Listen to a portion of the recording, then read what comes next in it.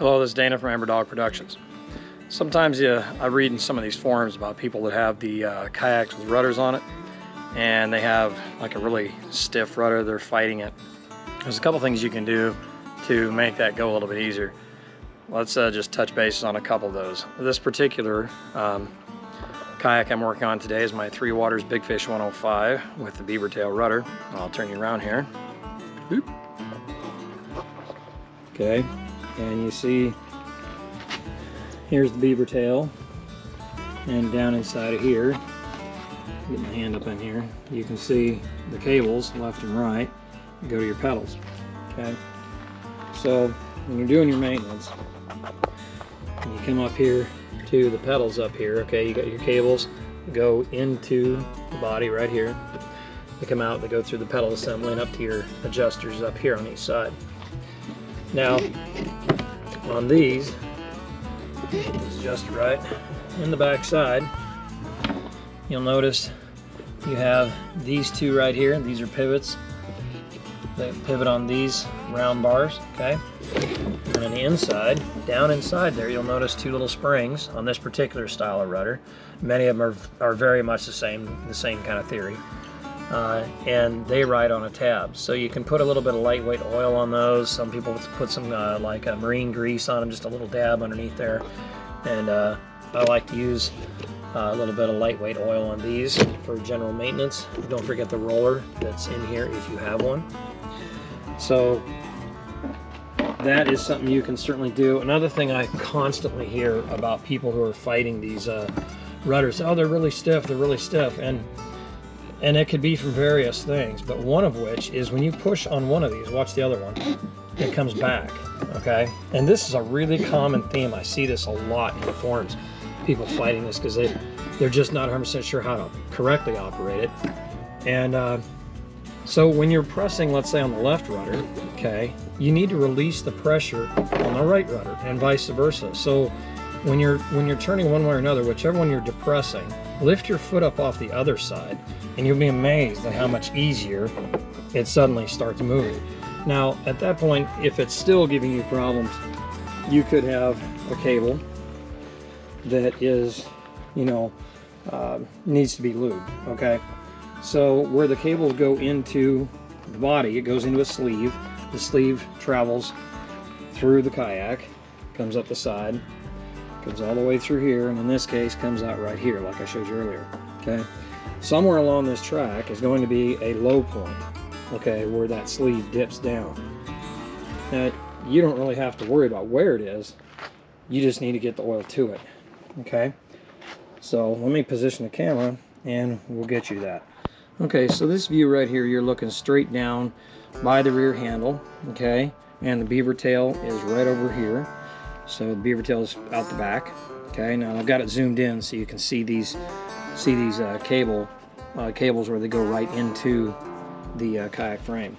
So if you use some Croil, or I prefer to use PV Blaster, all you do is you want to find where the cable goes in, and if you can see this in the camera, you put the nozzle right on top of the cable. Kind of aim it in there as best you can and give it some little light shots. Not a lot all at once, just let it go in a little bit at a time, and you'll see it soak on in there. Okay, just a little bit at a time. You're not trying to drown the thing, okay? Now what's going to happen is this type of lubricant is going to follow. It's going to follow that cable right down to the lowest point where the water sits and corrodes the cable and makes it difficult to move. And then you come over to the other side and you do the same thing and move it a little bit, make it easier to get to.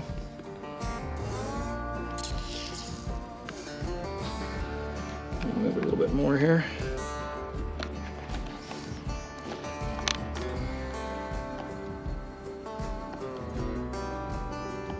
And we give her a little bit of shot. Now, some people may ask how much you need to do. Well, you can't put too much in, but you can put too little in. So go ahead and just shoot some on up in there and just keep doing that, okay? You don't need to fill the tube up. That's not important. What is important is that it gets down and has enough to soak the cable as it's going, because you're going to have some loss there in the braiding of the cable, and it's going to find its way down to the lowest point. Okay, and once you've gotten your lubricant down there, then go ahead and actuate your rudders. Run those, back and forth, and that's going to help pull that oil or lubricant of choice. Like I said, Core Oil and PB Blaster work great, and it'll help pull that down to the lowest point.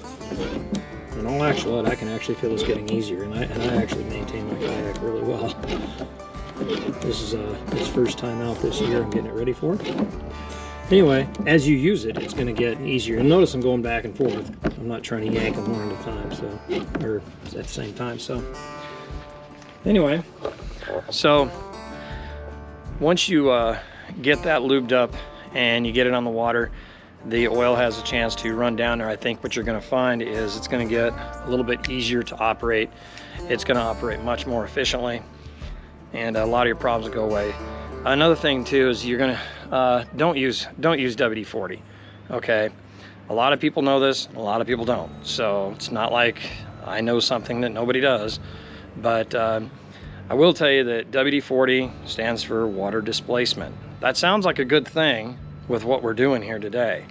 However, with that said, you don't just need to displace the water, you're trying to get lubrication to it, okay? And the other bad thing about WD-40 in an application like this is WD-40 will displace any water that's in there, but you're trying to lubricate the cable, and WD-40 also evaporates. So when you use them on door hinges and things like that, whatever we all use WD-40 for, it's really just a temporary fix. The idea here is use a good quality lubricant with a good viscosity so it can flow down in there well and lubricate that cable. And at the low point, if water gets in there or whatever, or water's going to sit at the low point, it will protect the cable. You don't want it to rot and snap on you at the most inopportune time. So hopefully that'll help some of you out for a little tip of your maintenance and make your rudder work a little bit better. So that's all I got today. It's Amber Dog Productions. See ya.